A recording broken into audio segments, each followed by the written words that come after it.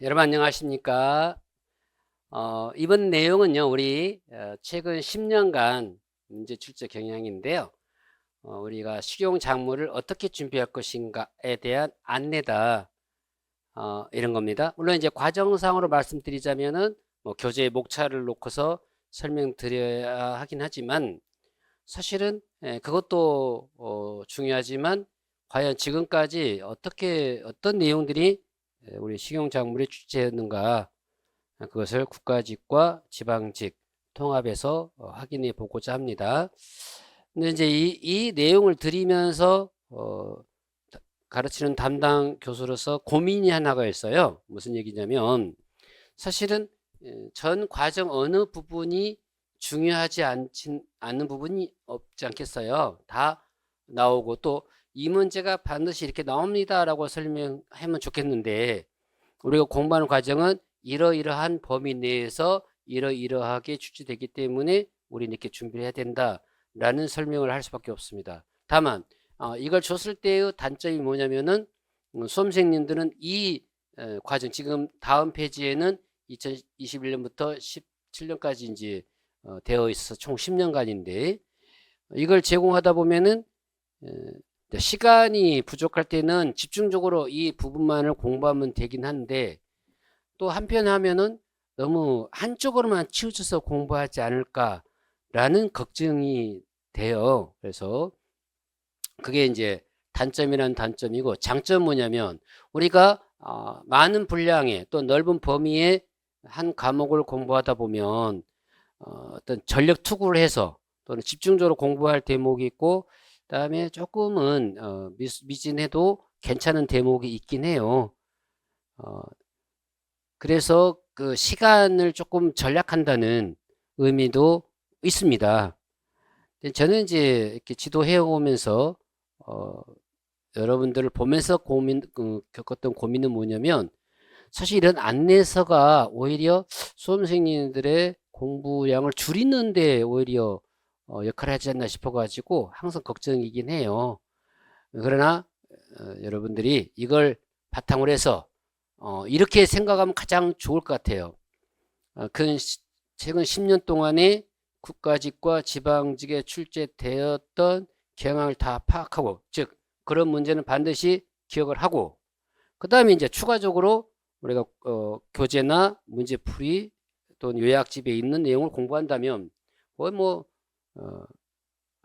만점에 가까워지지 않을까, 점수 확보가. 그런 생각이 듭니다. 그런 의미에서 여러분에게 이 내용을 제공한다라고 보시면 되고요. 사실 이 내용이 많다 보니까 하나하나 구체적인 것을 다 설명드릴 수는 없어요. 그래서 대략 이런 유형이다, 또 이런 대목을 좀 중요시 여겨야 된다라는 의미에서 간략하게 좀 짚고 넘어가는 그러한 시간을 갖고자 하는 겁니다.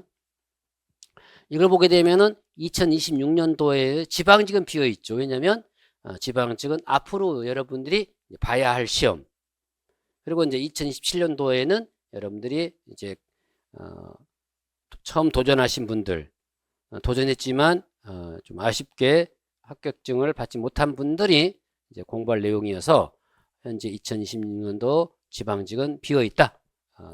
아직은 시험이 치러지기 전이다 라고 보시면 됩니다. 2026년도에 대한 기출문제는 우리가 이미 문제풀이 해설을 통해서 언급을 했기 때문에 생략을 하고요. 2025년도 것을 보게 되면은 이게 장기간 할 거 아니니까 이 표는 여러분에게 제공할 거예요. 그러니까 카피를 해가지고 좀 해놓고, 혹시라도 공부하기 싫을 때가 있으면 오늘은 이것만큼이라도 좀 알고 가자 하는 의미에서 한 해분 정도, 뭐 2025년 국가직, 또 다음에 또 시간이 좀 어중간하고 공부하기 싫을 때 그러면 2025년 지방직이라도 한번 봐볼까 하는 정도의 의미를 하면은 전체적으로 순환해서 하다 보면 여러분들이 또 실력도 늘게 되고 또 도전의식도 생기게 될 걸로 봅니다. 그러니까 하여튼 자료를 잘 활용하는 것은 여러분들의 몫이다. 시험 합격하는 것도 여러분의 몫이다 라고 저는 생각을 해봅니다. 포기하지 않으면 합격한다는 건 항상 마음속에 새기시고요. 자, 25년도에 국가직의 이제 표는 항상, 그죠? 적게 나올 때가 5문제, 많이 나오면 7문제. 물론 이제 여기에 포함시키는 것의 구성에 따라서는 8문제가 될 수도 있죠. 가령 논토양 같은 경우가 여기는 들어있지만 또 따로 밑에 재배 일반으로 놓고 보면은 한 문제가 재배 쪽 넘어가겠죠. 그래서 제가 2020년도 해설할 때 논토양은 재배 일반으로 넣어서 설명을 했던 것이고요. 표는 어느 쪽이든, 그러니까 일단은 벽시를 발화를 해가지고, 그렇죠? 이항을 해서 본답에 이항을 해서 이제 분열기를 거쳐서 출수기, 등숙기, 그다음 수확하고 수확 후에 품질 저장하는, 그리고 이제 그 저장한 쌀을 도정해서 발생하는 요소들, 다 과정이 중요해요. 거기다가 그것만 있습니까? 또 벼의 병충해도 있겠고요. 또 보통 우리가 직파 재배하고 이항 재배가 있는데 앞으로의 추세는 이항 재배보다는 직파로 많이 가는 현상이 있다라는까지 설명을 드렸지 않습니까? 그러니까 분량도 제일 많을 뿐만 아니라 약간 더 전문적으로 애와일 부분이 많이 있긴 해요. 근데 오히려 사실 우리를 힘들게 하는 것은 다른 작물들, 맹류든 또는 잡고기든 콩류 같은 이런 것들이 슬쩍슬쩍 건드려서 나오다 보니까 명확하게 해두지 않으면은 많이 헷갈려요. 물론 지문 4개가 다 헷갈리면은 아예 포기도 하겠는데 2개는 기억나는데 2개가 기억이 안 난단 말이죠. 사실은 기억이 안 난다는 것은 뭘 의미한다? 알고 있는 것이 아니다라고 판단하셔야 돼요. 그래서 여러분들이 실제 공부하는 과정에서 문제풀이를 할 때나 또는 공부를 할 때 기억 안 난다 하는 것은 모르는 거다라고 보시고 다시 그 부분을 붙들고 공부를 하셔야 됩니다. 그래서 화기나 고품질 쌀에 대한 거, 생육상, 불안전미도 이렇게 회를 거듭하면서 한 번씩 등장을 해요. 그래서 불안전미도 좀 관심 있게 봐야 되고, 특히 직파재배, 직파재배도 출제자들이 의외로 그쵸? 내는 요소가 많습니다. 보게 되면은 그쵸? 직파재배 있고요, 직파재배 있고요. 그리고 이제 사실은 이항 재배하고 직파 재배를 섞어서 내기도 하고요. 직파 재배 이렇게 해서 이렇게 순환적으로 나오는 경향이 있더라, 이렇게 볼 수가 있습니다.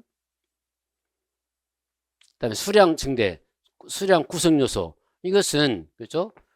정말 자주 출제가 되죠. 수량, 그렇죠? 또는 찾아보면 또 그 전에도 등장을 할 것이고요. 수량 구성 요소. 그러니까 이제 핵심어를, 키워드를 찾을 때 제가 딱 문제 자체만 놓고 보면은 이렇게 없는 것처럼 보이지만 전체적으로 봤을 때에는 또 수량하고도 관계되어 있는 것도 연관성이 있는 것들이 많아요. 그러다 보니까 키워드를 보면은 적어 보이지만 실질적으로는 훨씬 더 많은 출제 경향이 있더라, 이런 것들이 있고요.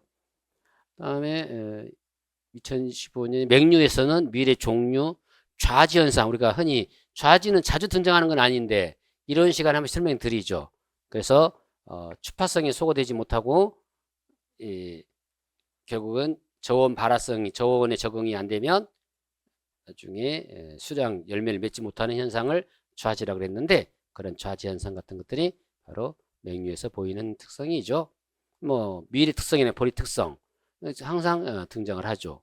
그다음에 옥수수에서는 사실은 좀 어려운 게 그쵸? 이 교배예요. 옥수수는 어려운 거 아닌데 그죠? 항상 등장을 해요. 옥수수, 그쵸? 옥수수 항상 등장하는 문제이긴 한데 그죠? 이게 품종이 좀 제일 어려워요. 뭐 교배, 교배 같은 거. 그래서 제가 이론서에 해놨기 때문에 교배는 반드시 짚고 넘어간다, 이렇게 생각하시고 공부를 하셔야 됩니다. 다만 2026년도에는 교배에 대해서는 언급이 안 돼서 조금 더 생각보다는 쉬웠다는 느낌을 받는다고 말씀드렸죠. 콩가에는 뭐 수량, 그죠? 이렇게 되는데요. 이렇게 이제 연도별로 볼 수도 있고 옆으로 한번 가면 볼 수도 있겠어요. 그래서 그러면 전체 내용이 다 통괄되겠죠. 뭐 예를 들면 2024년 벼 같은 경우에는 쌀 같은 거, 벼의 품종, 특히 규상 같은 경우에는 규소죠. 그러니까 이게 벼는 규소 작물이라고 해서 규소가 굉장히 필요합니다. 필수 원소는 아니에요. 그래서 16호소에 들어가지 않는데 벼과에서는 규소가 굉장히 중요하다. 이런 말씀을 드릴 수가 있겠고요. 특히 중복수종 같은 경우 자주는 등장 안 하지만 재배 쪽에서 이미 중복수종을 공부했지 않습니까? 그런 중복수종 같은 것들이 한 번씩 등장을 하더라. 이렇게 되고요. 규소 같으면은 여기 지방직에도 규소가 등장을 하죠. 이항 재배냐 직파 재배냐, 이항이냐 직파냐 하는 것들에 대한, 그러니까 국가직에서는 이항 나왔으니까 그대로 얘기 안 한다면은 직파를 얘기도 하겠죠. 이렇게 출제를 하더라. 이렇게 보겠습니다. 맹류에서 역시 보리와 밀이 중심이긴 해요. 그런데 시험이다 보니까 때에 따라서는 호밀이나 귀리 같은 것들도 시험에 등장을 하더라. 이렇게 보시면 될 것입니다. 그 다음에 잡곡류에서 옥수수, 메밀, 실질적으로는 좀 독특하긴 하지만 피나 기장이 나오기도 해요. 그러니까 원래 가장 많이 나오는 게 옥수수, 그 다음에 수수, 메밀, 그렇죠? 그 다음에 나오는 게 이제 부분적으로 조나 수수나 기장 이런 것들이 출제가 된단 말이에요. 특히 메밀의 이형해라고 하는 이 현상이 있었는데 실제 2026년도에는 용어 자체 하나의 지문으로만, 여기에서는 이형의 자체를 가지고 냈지만 2026년에는 지문을 가지고 활용했던 시험이라고 볼 수가 있겠습니다. 옥수수를 작곡에서는 반드시 마스터한다, 이런 각오로 공부를 하셔야 됩니다. 그 다음에 콩 두류는 콩, 팥, 땅콩, 동부, 녹두, 완두, 이렇게 콩이 좀 많죠. 품종이, 종류가, 품목이 많은데 그래도 주로 나오는 게 이제 콩이에요. 주로 나오는 게 콩이고 그 다음에 이제 팥이 이렇게 나오고 하는데 특이하게 2025년에는 국가직은 거의 콩으로 다 출제를 했던 거를 보면 좀 독특했죠. 그렇죠? 뭐 콩의 일반 수량 문제, 수량 요소, 그렇죠? 그 다음에 콩과 팥, 콩 일반, 학명.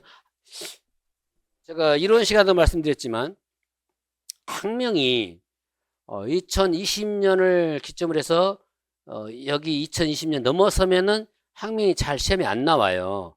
그 이전에는 학명이 문제거리로서, 물론 뭐 해년마다 등장하는 시험은 아니었지만 등장했었는데 2000년도 넘어서 2022년 3년부터는 거의 뭐 학명이 안 보인단 말이죠. 그래서 중요도가 떨어진 건지 아니면 이제 문제 유형이 변화된 것인지 거기까지는 판단하기는 쉽진 않습니다. 그러나 하여튼 예전에 비해서 학명이 좀 중요도가 떨어진 건 사실이다. 그렇다고 해도 우리는 소홀히 해서는 안 돼요.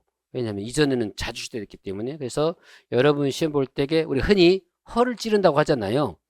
허를 탁 찌르면은 아프죠. 그래서 안 아프려면은 어쨌든 그냥 공부 한 번 할 거니까 정확하게 좀 암기하셔서 기억하셔서 나올 때 공부 안 한 사람과의 차이점을 꼭 구별해 주시기 바랍니다. 서류에는 감자 고구마인데 어쨌든 감자가 나오거나 고구마가 나오거나 두 개를 묶어서 나오거나, 그렇죠? 감자와 고구마가 나오거나, 그렇죠? 따로따로 나오거나, 뭐 어차피 두 문제는 무조건 나온다고 봐야 돼요. 사실 그래서 많이 나오면 세 문제일 거고요. 두 문제씩 나온다. 그래서 이제 감자 고구마의 공통점이 있는 작물이긴 한데 오히려 의외로 차이점이 많죠. 그래서 감자는 저온 작물이고 고구마는 고온 작물이다. 이렇게 이제 분리될 수가 있고요. 감자와 고구마 공통으로 묶어서 얘기할 수도 있겠고, 그렇죠? 그다음 독성 성분에서는 감자는 솔라닌인데 고구마는 이제 이포메아마일이라고 하는 독성 성분이 있는데요. 보통의 이포메아마른보다는 감자의 솔라닌이 많이 출제가 되죠. 고구마 같은 경우에는 흑반병에서 유발되는 그런 독소형 성분이 이포메아마른이거든요.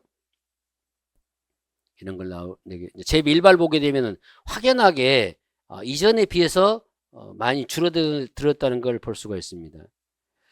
다만 이제 수학과 저장은 재배 일반으로 보기는 어려워요. 이것이 이제 뭐 쌀에 대한 벼에 대한 수학이냐 맹류에 대한 저장이냐 하는 문제여서 그렇지 그냥 재배 일반으로 넣어서 좀 달라지긴 하지만 최종포는 일반적으로 본질은 이제 옥수수 잡종 또는 순수 혈통 이런 것들을 유지하기 위해서 하는 게 최종포인데 벼에서도 가능하고요. 그래서 제가 재배 일반으로 빼놓은 것입니다.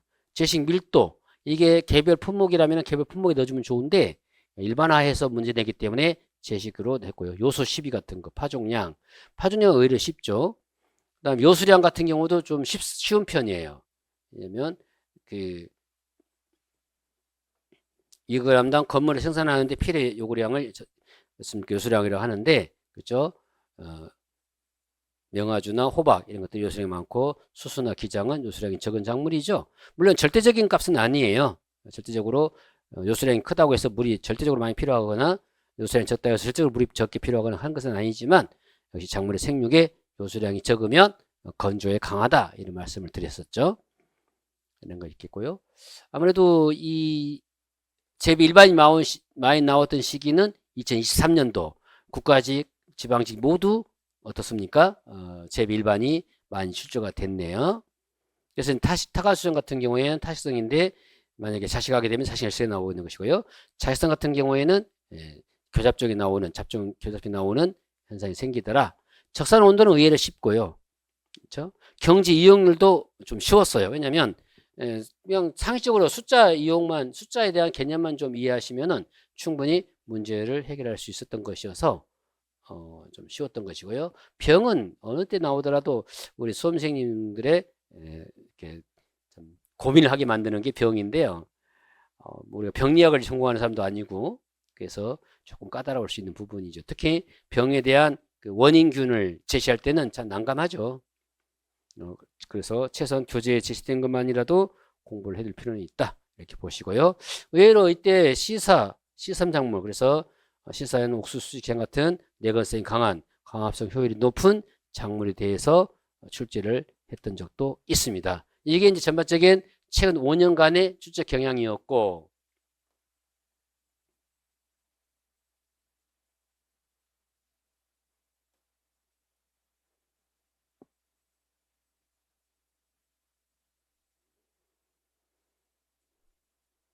그 다음에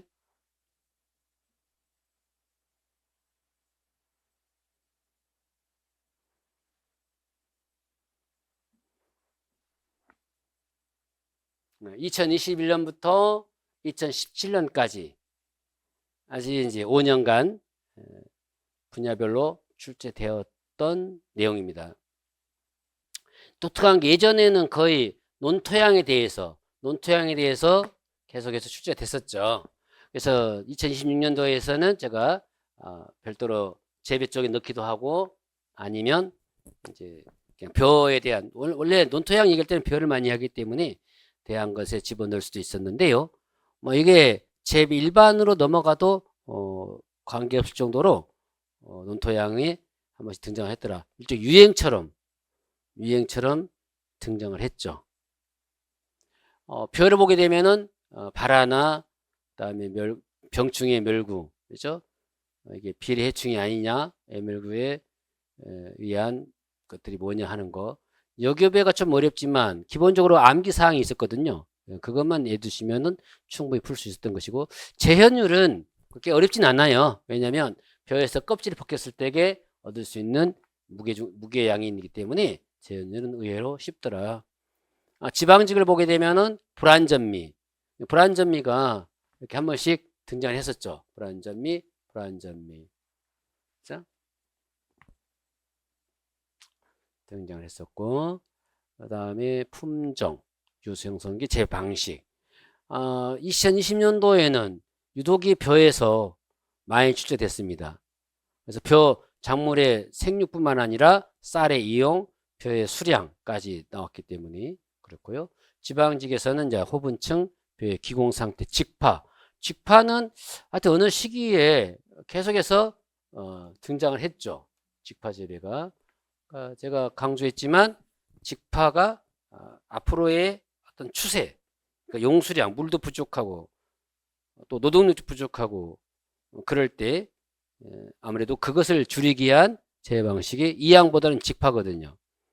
그래서 직파를 하게 되면 물론 수량성이나 이런 것들을 나중에 비교, 대조해야 되겠지만 기본적으로 현재 농촌의 현실을 놓고 본다면 직파 재배도 그렇게 수량이 크게 줄지만 않는 거라고 한다면 직파 재배도 재배법으로서 하나의 정착을 시킬 필요가 있다. 심지어 요즘에는 무경운 재배라고 말씀드렸잖아요. 무경운 재배라고 해서 토양을 경운하지 않고도 재배하는 그러한 농법이 이제 서서히 진행되고 있고 현재 지금 진행되고 있고 실제 행하고 있습니다. 이런 것들이 앞으로의 과제이지 않을까 싶어서 출제 경향이 되는 걸로 봅니다. 연면직 지수라 재식 밀도 같은 거. 다음에 2019년에는 단백질 같은 거. 표는 단백질 낮아야 좋은 품종이라고 그랬죠. 네, 호분층도 한 번씩 등장을 했네요.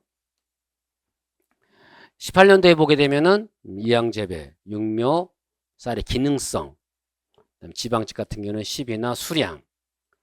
2017년도에 벽시 발화나 고품질 쌀의 품질 여부도 나오고요. 앞에서 자주 나왔던 수량 요소도 이렇게 등장을 하는 경향입니다. 지방직에서는 품종, 도정도, 잡초. 요즘에 와서 재배 쪽이든 또는 개별 품목 쪽이든 잡초는 조금 줄어드는 경향이 있습니다. 그래서 왜 그런지는 이렇게 분석하기는 쉽진 않아요. 그러나 전체 20문항 중에서 잡초가 예전에 한 번씩 등장했던 것들이 요즘에는 좀 뜸해지는 경향이 있더라. 그래서 잡초는 아무래도 그쵸? 많이 중요도가 좀 떨어져 있지 않은가 싶긴 해요. 놓고 보면 또 벼의 분할이랄지 적산 온도는 뭐 온도에 관계된 것이니까요. 자, 맹류에서 예전에 역시 중요했던 게 호밀의 결곡성. 우리 잡곡에 있었던 메밀의 이영희처럼 호밀에는 결곡성이 있었죠. 또 보리의 까락이랄지 까락의 기능, 또 추파성을 제거하는 방식들. 맥주보리 세맥인데 오히려 우리 공무원 시험에서는 세맥이 자주 출제를 안 되더라고요. 보통 일반 농업에 관련된 시험에서는 세맥이 굉장히 중요한데 의외로 우리 농업직의 공무원에서는 잘 언급을 안 한다. 있긴 하지만 이왕 나왔던 단어이기 때문에 우리가 한 번쯤 더 볼 필요는 있겠습니다. 그리고 이제 도복이랄지 도복 방지하기 위한 거, 뭐 추파성 이런 것들이 이제 보리의 중심적인 내용이었다. 수바라도 한 번씩 한다 그랬죠. 꽤 오래전에 나왔고 다시 이제 최근에 수바라가 등장을 했죠. 작곡류에서 옥수수는 어떤 경우에도 항상 등장을 했었습니다. 옥수수. 그러니까 결국은 보통의 식량작물에서 벼를 집중적으로 공부해야 하듯이 작곡류에서는 옥수수를 반드시 극복을 해야 될 품목이다. 이렇게 말씀드릴 수가 있겠습니다. 그래서 옥수수는 좌우지간 중요하다. 무조건 문제 나온다 라고 생각하시고 옥수수의 처음부터 끝까지 다 정리를 하셔서 공부를 할 필요가 있겠습니다. 그에 이제 율무도 등장하고요. 율무나 피나 초 이것은 잘 안 나와요. 그런데도 시험이다 보니까 연도에 따라서 한 번씩 등장하더라고요. 사실은 피도 예전에 이렇게 한번 나왔고 최근에 와서 피가 한번 나왔잖아요. 피라고 하는 것은 보통 우리가 피는 먹을 수 있어요. 농원에서 벼하고 재배했을 때에 이종 종자로 취급되는 피가 있는데 그렇죠? 먹는 데는 상관이 없습니다. 다만 이종 공립이 섞이면은 좋은 등급의 품질을 받을 수가 없잖아요. 그런 의미에서 제거 대상이 되는 거죠. 피만 따로 키운다면은 또 그건 별개의 문제입니다.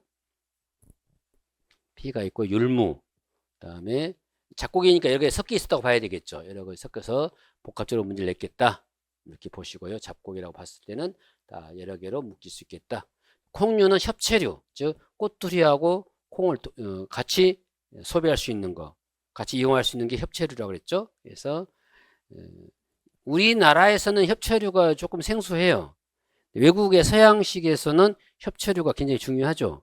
우리는 콩은 삶아서 그냥 삶아서 먹거나 반민용으로 나와서 먹거나 아니면 장이나 두부를 만들거나 콩나물 용이었는데 서양에서는 그거 외에도 뭡니까? 꼬투리를 같이 이용하는 그러한 콩의 이용도를 가졌을 때에 그것을 우리는 협체류라고 부른다고 말씀을 드렸죠. 완두, 제식, 밀도나 콩의 발효. 이때는 콩을 좀 많이 냈네요. 그 다음에 역시 질소, 이 고정이나 근류균은 여기서 질소 고정균을 얘기하는 거예요. 그래서 콩에는 질소 시비 효과가 좀 떨어진다라고 말씀을 드렸죠. 그런 것들이고요. 그 다음에 땅콩도 한 번씩 등장을 하고요. 역시 둘이서 대표적인 콩이니까 콩은 완전하게 준비하고 그다음에 추가적으로 팥 또는 땅콩 이런 정도 꼭 체크해서 공부를 하실 필요가 있습니다. 감자, 서류죠. 감자. 이때 2021년도에는 서류가 거의 문제가 거의 안 나온 편이죠. 그러나 어쨌든 간에 두 문제는 무조건 등장을 했었다. 감자 용도나 객은 비대, 감자 재배와 객은 형성, 고구마 병해, 고구마 저장, 휴면 타파, 감자 병에 대한 거, 객은의 비대, 고구마 비대죠. 고구마 식재와 소리 특징, 특징과 객인, 죄송합니다. 오타네요. 객인 형성. 다음에 여러분들 잘 나갈 때는 오타를 수정해서 나가겠습니다. 고구마 병해, 육은 객은 비대나 시감 절단. 그래서 보통의 이제 감자나 고구마는 괴경이나 괴근이 있기 때문에 감자는 괴경이고 고구마는 괴근이지 않습니까? 그것에 대한 비대가 관심사죠. 어차피 그걸 우리가 수확하려고 하는 것이니까요. 그 다음에 재배 일반에서 시사식물, 학명에 대한 거, 그렇죠? 밭작물 생리나 제초제. 그 다음에 역시 이제 지방직에서는 자식성, 종자의 수명, 수확관리 현상, 잡종 강세, 옥수수겠죠? 2020년도에 유전변이나 수확관리, 하진비에 대한 교배, 그 다음에 지방직에서는 쌍떡잎, 지금 여기서 외떡잎, 쌍떡잎을 하나만 표시했는데 결국 외떡잎이나 쌍떡잎이나 같은 문제라고 보시면 돼요. 타이핑 공간이 적어가지고 그냥 필요할 때는 외떡잎, 필요할 때는 쌍떡잎 이렇게 해놨지만 결국은 같이 묶어서 공부를 해 두실 필요가 있습니다. 단일작물이고 이제 수분의 역할 같은 거 2020년도에 지방직이 출제됐죠. 2019년에 국가직의 해충 방지나 질소 12, 파종량은 생각보다는 어렵진 않아요. 그것이 공간을 주어가지고 제식 밀도를 주든 아니면 어떤 작물을 주든 간에 파종량은 쉽게 점수 주려고 하는 거다 이렇게 보시면 될 것 같고요. 여기도 외떡잎이 있네요. 쌍떡잎, 외떡잎은 같은 문제라고 보시면 될 것 같습니다. 연면 시비는 뭐 쉬운 건데 자주 재배학 쪽에서는 아마 연면 시비에 등장할 건데 우리 식용작물에서는 연면 시비는 기본적인 것으로만 문제를 출제를 합니다. 그 다음에 때에 따라서는 장단일 식물, 장단일 작물에 대한 언급도 하죠.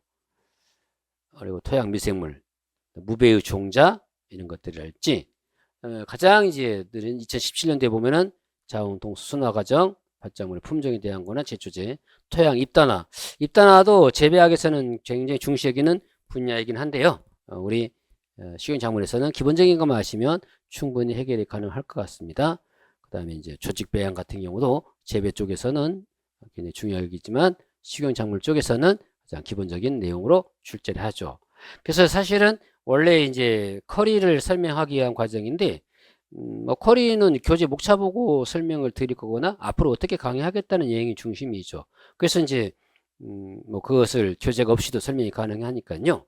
기본적으로 이제 재배 쪽을 설명하면서 그렇죠. 벼에 대한 거, 그 다음에 맹류, 그 다음에 잡곡, 그 다음에 콩, 서류, 나머지 이렇게 쭉 배열을 해놨습니다. 제가 청빈 시간에도 말씀드렸지만 여러분에게 조금이라도 더 많은 또는 다양한 정보를 제공하기 위해서 조금 양이 좀 볼륨이 큰 건 사실이지만 그 정도는 공부하셔야 된다는 것이죠. 다만 거기서 볼륨을 좀 줄이고 싶다 그러면 병에 대한 구체화되어 있는 거. 그러니까 전체적으로 이게 무슨 성의 병이냐 하는 정도는 기억하셔야 되는데 그것에 대한 일대기나 일생이나 하는 것들은 조금 생략하셔도 무방할 겁니다. 거기까지는 무방이 가능하고요. 생략이.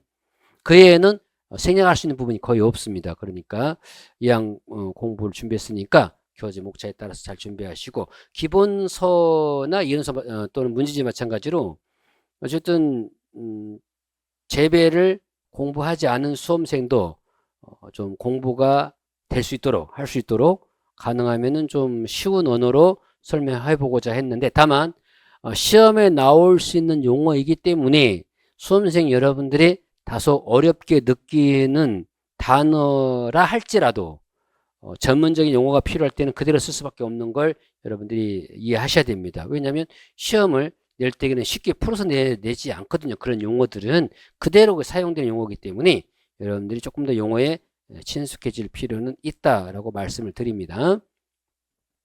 그렇게 해서 이제 기본서는 조금 양은 많지만 기본서의 기출문제를 뒤에 기출문제와 단원별로 예상문제를 수록했습니다. 그것만 공부하셔도 될 듯 하지만 아무래도 공무원은 무한 경쟁 체제고 고득점을 해야만 하는 과정이지 않습니까? 그러다 보니까 우리가 이제 요약 정리나 기출문제 해설도 여러분들이 함께 공부를 하셔야